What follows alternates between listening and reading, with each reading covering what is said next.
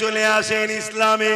নারীদেরকে আল্লাহ কত সম্মান দিয়েছে, নারীদেরকে ইসলাম কত মর্যাদা দিয়েছে। এ যুবকেরা, আজ থেকে ১,৫০০ বছর আগে এই পৃথিবীতে নারী সন্তান জন্ম হলে নারীর বাবারাই জেন্ত পুঁতে দিত। তারা ১৬০-৩৬০টা নকল খোদার উপাসনা করত। তারা কেউ এক আল্লাহকে মানত না। তাদের কাছে নারী কত অবজ্ঞা ছিল, তাদের কাছে নারী কত অবহেলা ছিল। তারা নারীদেরকে কিভাবে হত্যা করেছে, নারীদেরকে জেন্ত পুঁতে দিয়েছে। এই পৃথিবীর জমিনে আমেন আল্লাহ আব্দুল্লাহ দুলাল হযরত নবী মুহাম্মদ রাসূলুল্লাহ সাল্লাল্লাহু আলাইহি ওয়াসাল্লাম দুনিয়ার বুকে আগমন করে নবী আমারই অন্যায় অত্যাচার দেখে বড় ব্যথিত হতে লাগলে আল্লাহ নবী তাদেরকে বলতে লাগলো, এ নারীর বাবারা, তোমরা কন্যাগুলোকে কেন জেন্ত পুঁতে দাও? তারা বলতে লাগলো, নারী অশুভ, নারীর বাঁচার অধিকার নেই, নারী কল্যাণ আনে না, নারী সমাজের জন্য ধ্বংসের কারণ।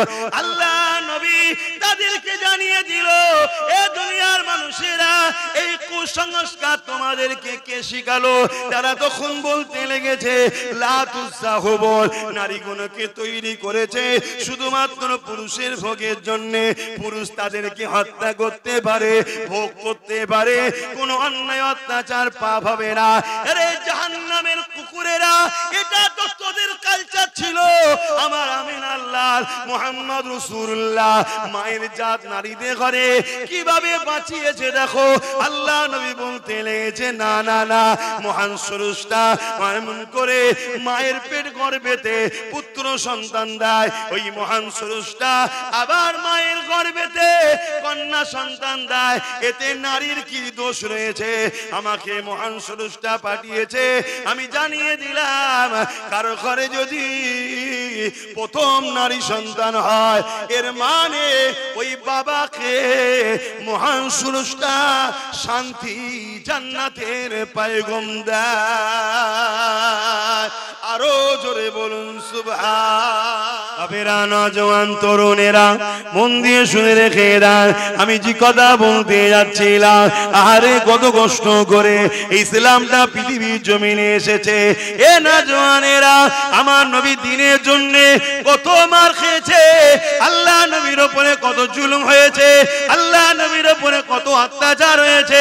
ইনসাফ প্রতিষ্ঠিত করার জন্য, ন্যায় প্রতিষ্ঠিত করার জন্য, নারীদের পক্ষে কথা বলার জন্য আল্লাহ নবীর উপরে কত জুলুম হয়েছে। আমি যে কথা প্রথম বলতে গিয়ে রয়ে গেলাম, আল্লাহ নবী যখন মক্কার মুশরিক জালিমদেরকে বলল, তোমরা নারীগুলোকে জ্যান্ত পুঁতে দিও না গো, মহান স্রষ্টা জানিয়েছে যার ঘরে কন্যা সন্তান হয় এর জন্য তাকে জান্নাতের সুসংবাদ দেওয়া হয়। শুধু এটা নয়, আল্লাহ নবী আরো জানিয়ে দিলেন, একটা, দুটো, তিনটে, কারো ঘরে যদি পর পর তিনটে কন্যা সন্তান হয়, আমি রাসূলুল্লাহ জানিয়ে দিই, ওই তিন কন্যা সন্তান আয় আব্বা, ওই সন্তানগুলোকে লালন পালন করে তার বিবাহ দিয়ে দেয়, তাকে পূজা যদি না মনে করে, অবজ্ঞা না করে, আল্লাহ দিয়া নিয়ামত মনে করে ভালোবেসে ওই নারীদের দেখাশোনা করে, শিক্ষা দিয়ে তার লালন পালন করে বিবাহ যদি দিয়ে দিতে পারে, আল্লাহ নবী জানিয়ে দিলে ওই তিন কন্যার বাবা আর আমি রাসূলুল্লাহ।